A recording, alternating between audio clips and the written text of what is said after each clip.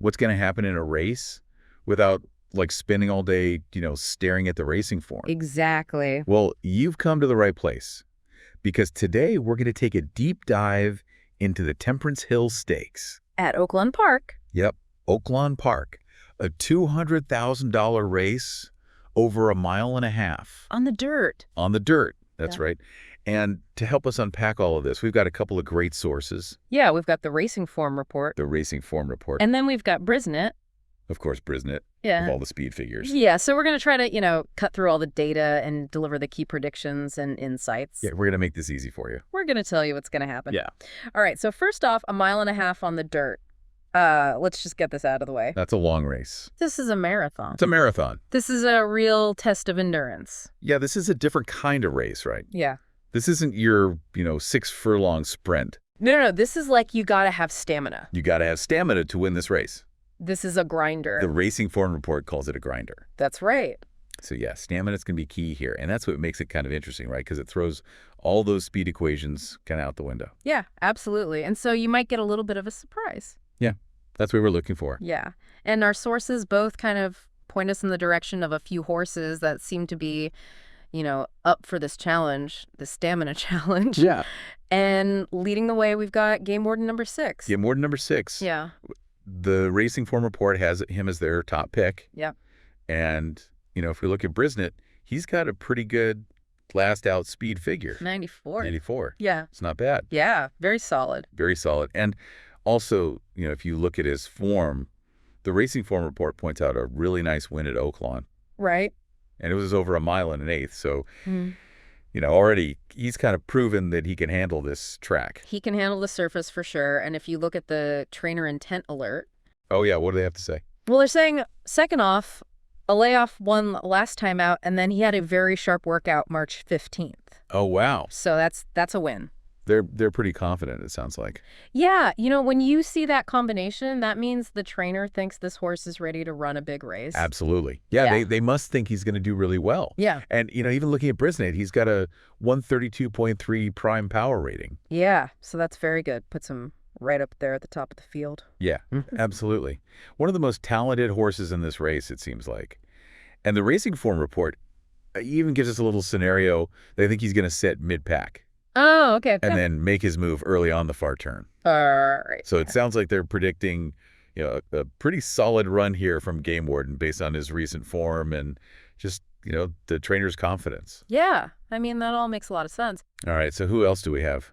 Well, right behind Game Warden in the Racing Form Report's analysis is Masqueparade. Masqueparade number 4. Number 4. That's right. And he brings a little bit of a different kind of strength to the table. Yeah. The report's calling him like a veteran, Like a seasoned runner. Yeah, a seasoned marathoner. He's run stakes races. He's done this all before. He knows what it takes to go 1.5 miles. Yeah, absolutely. And he's coming off of a very solid 93 speed figure in his last race. And, according to their data, he's consistently in the high 80s, low 90s. Yeah. So very consistent runner. And Brisnet agrees his last race speed was a 93, and he's tied for the fastest best speed at distance figure with Game Warden at 97. Oh, wow. Yeah. And his prime power is also a 132.3.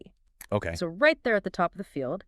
And the Racing Form Report also has a trainer intent alert for this horse. Oh, they do? What are they saying? Well, it's his second race off a layoff Christian Torres is up, and they thought that last race was actually much better than it looked on paper. Oh, sneaky good. Sneaky good. I love that insight. Sneaky good. You don't see that every day. No, you don't. But, one of the key things here, I think, is that the Racing Form Report reminds us that Masquerade actually won this race last year. Oh, wow. So he's actually done it before. He's proven that he can handle this, grueling distance and this particular race at Oaklawn Park. That is a huge, check mark in the plus column. Absolutely. Definitely. And their prediction is that he's going to be a little closer to the lead this time, maybe, to make sure that Game Warden doesn't get too far ahead. That's interesting. Okay. Yeah. So it sounds like experience and, maybe a little tactical adjustment could make Masquerade a real threat. Yeah, that makes sense.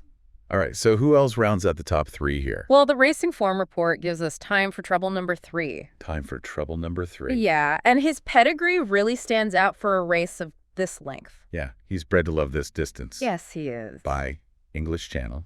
Out of a Galileo mare. Out of Galileo mare, and both of those, sires are known for producing horses with a lot of stamina.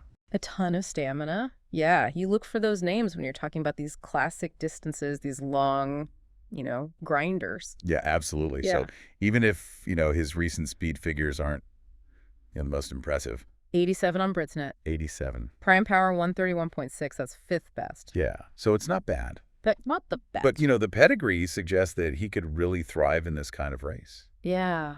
So what does the trainer Intent Alert say about him? Well, they mentioned that he's coming off a pretty long layoff, but he's had some very sharp workouts at Palmettos. Okay. And, he's shown a lot of class in his previous races, so they think he's a sneaky closer. Oh, so he's going to come from behind. He's going to need some pace up front, and he's going to need a clean trip. But if he gets that, they think he could be a threat late. Interesting. Okay, so if the race sets up for a closer, time for trouble could be dangerous. He could be right there. All right, so we've gone through the top 3. Yeah, let's talk about a dark horse. Oh, yeah. Who do we have? Sir Greyland. Sir Greyland, number 10. Number 10, and the Racing Form reports calling him a potential dark horse. And if you look at the Brisnet figures, it makes sense. Yeah, he's got some pretty interesting figures. Yeah, he's got the highest prime power in the whole field, 138.1. Wow. And he also shares the top last race speed figure with Lambeth, a 97. Oh, wow. Okay. And his best speed at a distance is also a 97. So he's got the speed. He's got the speed, and the Racing Form reports trainer Intent Alert mentions that he is razor sharp. Okay. Top prime power, and he always seems to have this late energy in his races. Razor sharp, I like it. Yeah, so they're calling him a grinder's grinder. A grinder's grinder, what does that even mean? That means this horse loves to just keep going when other horses are getting tired.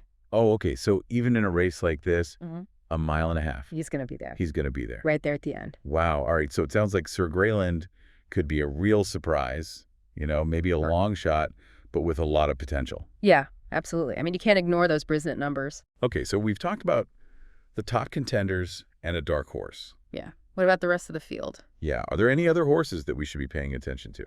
Well, both of our sources give us some, brief data points on these horses. Yeah, just some quick hits. Yeah, quick hits. So Lambeth, number 11, he's got a very strong prime power, 137.2, second only to Sir Greyland. And he also achieved that 97 last out speed figure. So based on, just raw ability. Yeah. He could be in the mix. He could be. Okay, what about Divernon? Divernon, number 1, Brisnet points out that his trainer, Norm Cass, who also trains Game Warden, has a really strong record with horses making their first few starts on the dirt. Oh, interesting. So, maybe a little angle there. Okay. His last race speed was a 92 prime power, 127.1. Okay, not bad. One giant leap number 2. One giant leap number 2. Last race speed, 92 prime power, 129.5. Rockin' a halo. Rockin' a halo number 8, prime power, 130.7. And then we've got Red Run number 9, last race speed of 86. But Brisnet points out that his fastest race on dirt was quicker than the average winning speed for this type of race. Oh, okay. So maybe a little bit of upside there. Maybe he can bounce back. Confidence game number 7. Confidence Game ran an 83 in his last race, but that was on turf. Oh, right. So Brisnet thinks he'll improve coming back to the Burt, prime power 125.7. Okay. And lastly, Shattuck number 5. Shattuck number 5. He seems to be facing an uphill battle. Yeah, based on the speed figures. The speed figures, past performances, and the lowest prime power in the field, 118.5. All right, so, we've gone through all the horses. Yeah, we've talked about the contenders, the long shots. Yeah, what about the race itself? Like, what do we think is going to happen? Well, the Racing Form report thinks that Game Warden might try to go to the lead. Oh, so he might set the pace. He might set the pace, and they think Masquerade's going to be close. Right. So it might be a little bit of a, a battle for the All right, lead. Okay, a little bit of a duel. Interesting. All right, and what about the track itself? Like, is there anything about Oaklawn Park that we need to be aware of? Well, Brisnet gives us some historical data on track bias Okay. for dirt routes. Okay. And they're saying that the overall meet totals suggest that speed horses do well. So there might be a little bit of a speed bias. There might be a little bit of a speed bias, but if you look at the week totals, Okay. it's a little more balanced. All right, so it's not a huge bias, but it's something to keep in mind. Yeah, something to think about. And do they see anything about, post position? Do they say the inside posts have a slight advantage? Okay. So if you're betting, maybe favor horses that are drawn inside. A little bit, yeah. All right. So what are the experts at the Racing Form report predicting? Like, how are they putting all this information together? Well, they're saying Game Warden to win. Okay. Masquerade to place. Okay. And time for trouble to show. All right. So they're going with, two of those kind of more established horses. Yeah, and then they're throwing in a little bit of a long shot with time for trouble. Yeah, and they're also suggesting, one giant leap as a potential value play in some of those exotic wagers. Yeah, exactus trifectus. So maybe a little bit of a longer price horse that could spice things up. Yeah, absolutely. So there you have it. Yeah. We've taken a deep dive into the Temperance Hill Stakes. We looked at the Brisnet form, the racing form report. Yeah. We've talked about the horses, The contenders, the long shots, the track bias. And now you should have a pretty good understanding of, what to expect in this race. Yeah, and maybe who to bet on. Exactly. Yeah. So, hopefully this will help you make some money. Or at least sound smart. Sounds smart, yeah. At the very least, yeah. All right, so here's a final thought for you to consider. Okay. We've got this grueling 1.5-mile race, right? Right. We've got Game Warden, who might try to go wire to wire. Yeah. We've got Masquerade, who's going to be sitting close. The tactical runner. Yeah. Time for trouble closing from the back. And then Sir Graylin just grinding it out. Just grinding it out. So which horse's stamina and tactical adaptability do you think is going to be the deciding factor? At the wire. Yeah, who do you think is going to win this race? Yeah, take all this information we've given you and go do some more research. Yeah, look at their past performances. Look at the form. And come up with your own prediction. Yeah, good luck. Good luck.